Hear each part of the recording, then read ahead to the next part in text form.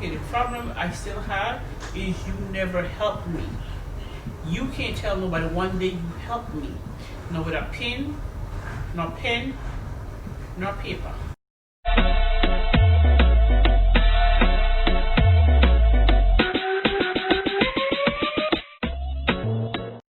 Welcome to therapy, and shout out to mom for the clip at the beginning of the intro.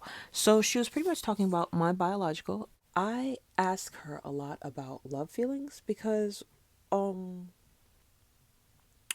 I never understood them. I never understood how to separate everything because in my mind, and bear with me, I'm so sorry. It took me forever to split from my mom, and I just now finished because I just now met her boogeyman, which was my biological father. And I'm like, Mom, this the nigga you was talking about? He a weirdo. But I feel like I could say that because I'm like, yo, Mom, I'm a weirdo. I spend time with him. I spend time around his family and stuff like that. And I'm like, it's not that big of a deal. Like, her generational curse of getting stranded with a child and losing her childhood, that's not my issue. I'm scared of being her. I'm scared of bringing a child into this world and making them feel like they weren't enough because I didn't get help and I got stuck with a responsibility. I'm scared of not knowing what love feelings look like to make a better decision. I'm scared of a kid growing up and like feeling like how I felt growing up. Because ultimately, I couldn't see what she was mad at because that nigga was gone. Ghost Patrick Swayze, okay? But my stepdad was here. He's been here since I was 5. I'm like, Ma, the way that I grew up, that's not really like I always had to swing it around to it's not that bad. But I felt like I always knew that because I don't really give a damn. I'm sorry. I only care about things that resonate with me, which is why her therapy is the name of this goddamn story time telling production thing. I believe that generational curse is what our parents called what we call twin flame and soul ties in this time space continuum. And I heard my mom listening to a song by an artist called Soul Ties. And it was the wildest song I've ever heard. And it was about how the homeboy doesn't have any friends and this, that, and the third. And she's like grooving. And I'm like, see, this is why I can't listen to everything. What is this? And I'm just sitting there looking at her like, look at her, look at her. I met the boogeyman. He's got a family. He set up his life the way he wanted it. I even asked him to describe love feelings. He went to the Bible on me and said that you love someone and you create a family with them, and that's the point. But here's the part where I didn't understand the point. You created a family and then left that little motherfucker. Not really like the woman, because the woman, you heard her on the beginning of this tape. But the kid, that I don't ever understand. But it's neither here nor there because, like I said, I already had a dad, and I'm not into greed. I cut my stomach out to spite my greed. Okay, I don't do greed. I'm very practical, and I always want to know what the problem is so that I can get to the bottom of it, so I can move past it. Oh, while I'm trying to get this woman to explain to me love feelings, she can't. She can't because she doesn't know what they look like. And I'm looking at my dad, you know, and I'm like, Dad, doesn't she see that we love her? And he's like, we gotta love her regardless. And now I'm trapped into this unconditional love type of situation. Seeing my first love and then saw him orbit and come back around my face. Still didn't know what I was looking at. Until this year when I had to write him a letter and I was like, ah, snap. I was like, let me tell you something. I think I was in love with you, and the only reason I know that is because I must have been holding my feelings in for so long that everything became pink. But again, I was holding them because that's my fear. I don't I don't want to be my mom. And I'm not going to be her, you know? That's not my issue. But she couldn't tell me what love feelings look like. I couldn't tell you what love feelings look like. And ultimately, I didn't even think I was in love with that nigga. Because let me tell you something. That nigga was rude. I mean, like, rude in the sense that he didn't really have any manners. But he was also going through something at the time. His father was sick and he was taking care of him, and he also had to work and go to school. I know what a hefty plate looks like because I've had 2, 3 jobs going through the emotional trenches because I want to help my mom go to school, and I love my family this much. Responsibilities when it comes to family just look like something to do, get it done, because that's mine. Oh, so I resonated with that and the fact that he was a writer. And one time I asked him, I was like, "Do you realize that some of the things that you write don't ever add up to real life?" And he goes, "No, because I write about my feelings." He was showing me like some of this writing that he did, and I could pick, but I accidentally picked the writing prompt, and I think he knew I was going to pick a writing prompt. But then he started reading this poem, and I think it was something about how he was iron or stone. I don't know. But the point of the matter was, I liked him because he was intelligent. He took me to go see a movie about mothers. I'm really anemic, and I don't do cold theaters. I don't do cold period. And he was very caring. I'm sitting there cold, and he's like rubbing my hands and blowing his hot breath on it. Shit was funny to me. He's over there cracking jokes talking about Hakuna Matata means good friend in Swahili. I gotta look that up. I don't know if it's true or not. But let me tell you, left hand be telling me all kinds of stuff. But it's to learn. Like, he helped me. He helped me learn.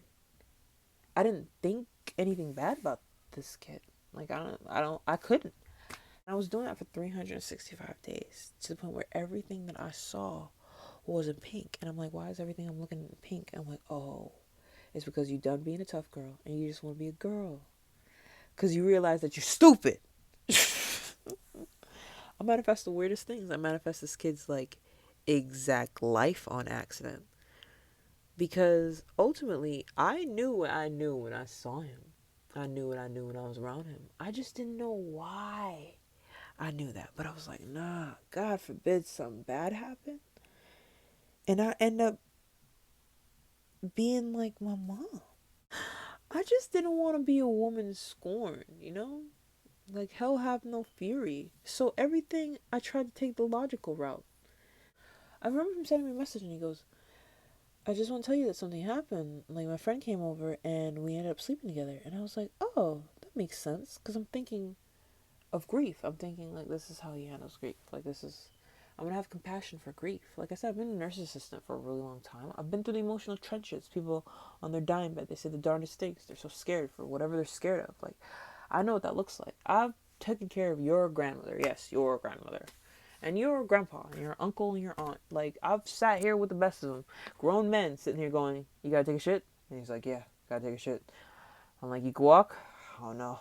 Hey, we're gonna make it to this fucking bathroom. We're gonna sit on that porcelain throne. I'm gonna be your legs. And I'm gonna be your hand. And I'm gonna wipe your ass.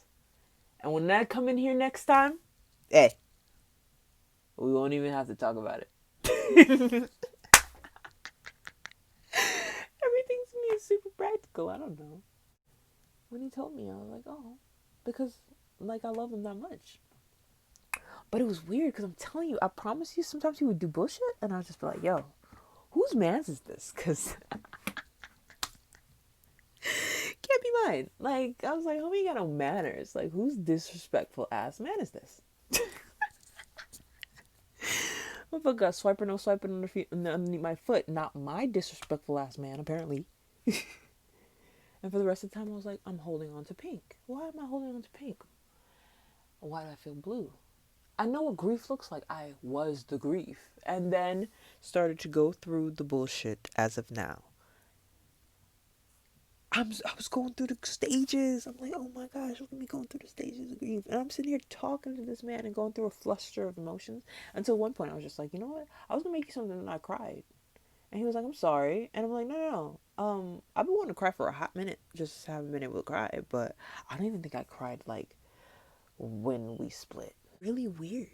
Because I'm sitting there looking at a situation. Like, that's why I said I have to call him by my left hand at this point. Because I can't even call this thing by name. I have a book where I write down the things I'm grateful for. People end up in there. Somebody pissed me off. And sometimes I'm just like, yo, I'm glad. I'm grateful for him because I already see this. Because I've already learned this through him. And I write it down in my book. Whatever it is, I just feel grateful for something and I write it down. Because I know I do like complain from time to time, and I don't never want to be that type of person. I don't really dwell on negative feelings. So when people try to influence me with their feelings and they don't feel what I'm used to, it kind of bothers me because I know where my comfort lies. I know where I left my love. I know I wasn't playing the game, but I left the GameCube running and it was hot. Okay? I got no memory card, so I just had to leave it running. I don't think I could ever be mad at him because he's helped me tremendously. To be able to see color out of words, make sense out of nonsense. This is Pleasantville, ultimately. Because I'm sitting here and I'm like, oh, I was in love because this, that, and the third. And I can break down his personality because I think we had a conversation before. I was like, I can't tell if you have blueprint or the key. All of it in one. I don't know. My mom was like, "Is love is something that you work at." I was like, oh, okay, that's nice. Well, I've been working at an understanding. Because ultimately, when it comes down to it, I accidentally quickly named some shit. And I was like, oh, you're like my best friend. Not true. He evolved into my best friend. What I'm thinking about now is that one Usher song and Don't Leave Your Girl Around Me, True Player for real. Ask my niggas for real. Because the way I'm feeling hella pink, that nigga's not my friend. And that's fine. Because as long as he's good, I'm good. I tell the nigga that all the time. I'm like, you're good? Okay, if you're good, I'm good. Because I know what center looks like. I know what safe looks like. But ultimately, I don't remember anything bad. I just remember really good, really nice things about him. Which is that, number one, he was always trying to play me like he didn't like my jokes. I think I'm really good at like bad jokes. The points of his personality that I can remember that I hold him to probably aren't the points that he holds himself to. Because the first time I was talking to him, it seemed like he was being hard on himself. And I asked, why are you being hard on yourself? And he says something, something, something, therapy, something, something, something, generational curse. And I go, well, I'm going to share with you because these are the things that are happening in my life. I got Hello Barbara, this is Shirley by some girl who thought I wanted her man when I didn't want any man. The man that I wanted got swiper, no swiping from underneath my foot. It's like, yo, how the fuck did I get Hello Barbara, this is Shirley by some girl who like I don't even know? And I'm looking at this dude like, bro, you have a girlfriend? The fuck is all this lying about? My left hand would never. Here's the thing. This nigga's full name, same name as my left hand. If I am not on some manifestation of bullshit, I don't know what was. I talked to homegirl Smooth, really distracting the situation because she was asking me questions and asking me to clarify shit that was not my place. I sent her right back around to go talk to her man. Mana de lis a mi problem. Okay? So go that away. You're like, I have got to tell my left hand, sorry, for keeping the love because it belonged to him. I created some bullshit. I don't ever want to be put in a predicament like that. And homeboy just started talking about girl like off the sly. Like, whoa, you can't be rude to homegirl. Like, she love you, my nigga. Like, what are you talking about? He's like, nah, she this, that, and the third. I'm like, now I'm hot. Now I'm sitting over there really trying to talk to homegirl. Like, you good? Because this nigga ain't shit. And I left it at that. And then she texted me the next day and she's like, oh, he told me this, that, and third. And I just wanted to clarify with you because we had such a good talk. I'm like, wrong person. I'm going to turn you right back around. Because last year when me and left hand split, I just kind of rolled with rejection as protection and carried on doing what I was doing. Ultimately, I left my love with him because I was like, oh, he's going to need all that energy. I don't need that. But I mean, I lied. And that was last year. So I need that. I need that back. You wanna know why? Because along with all the karmatic stuff that was happening to me, family come tumbling, tumbling down, reintroducing to family, work come tumbling, tumbling down, they messed up my movie. I only care about two things: my work and myself.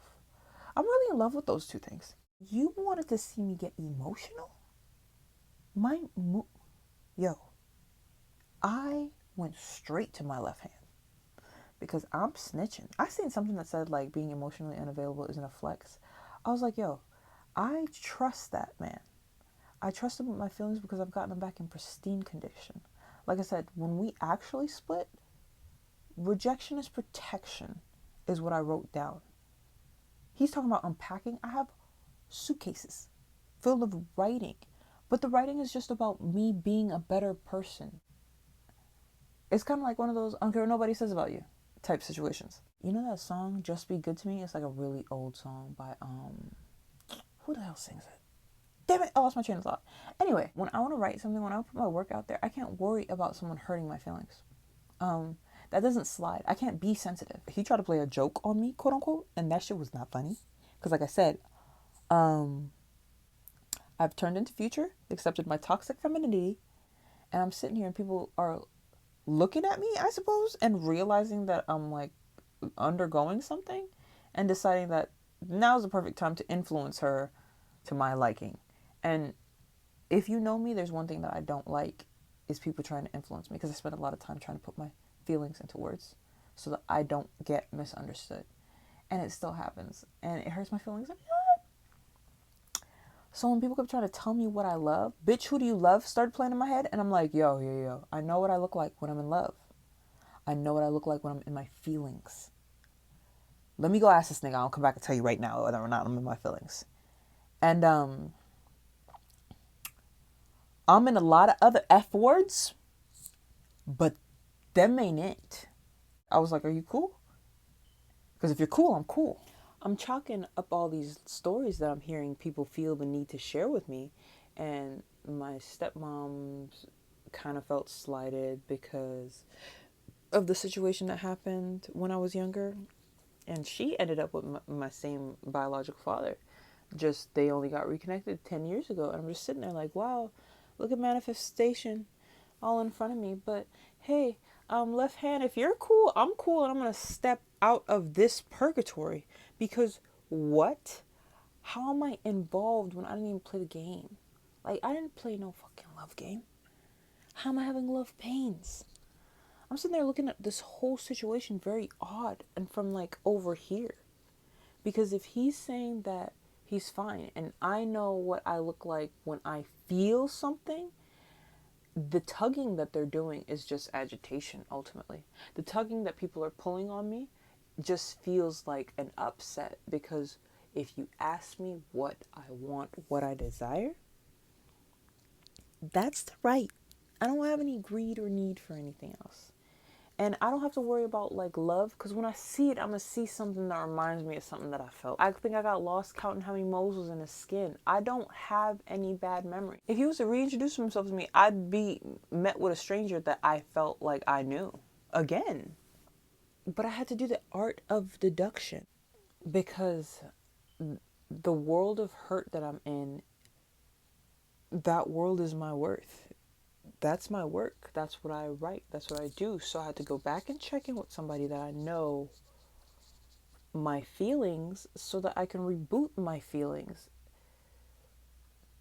People are toxic and they keep trying to get me to emotionally tag along to whatever situation makes them feel connected to me. Sometimes that's not my problem. You help everybody but me, so what was that about? You're growing in life and realizing, what happened? That wasn't for me. I ain't worried about it. It was what it was. Everything that I taught you was what was taught to me. Good, bad, indifference, and also ugly. Right. So Ma always say, I can't use what I was not taught. Then I was on my own with a child with no background with me, with nobody to help me. So it's like, okay, the only thing you can fall back to is what you heard home, what you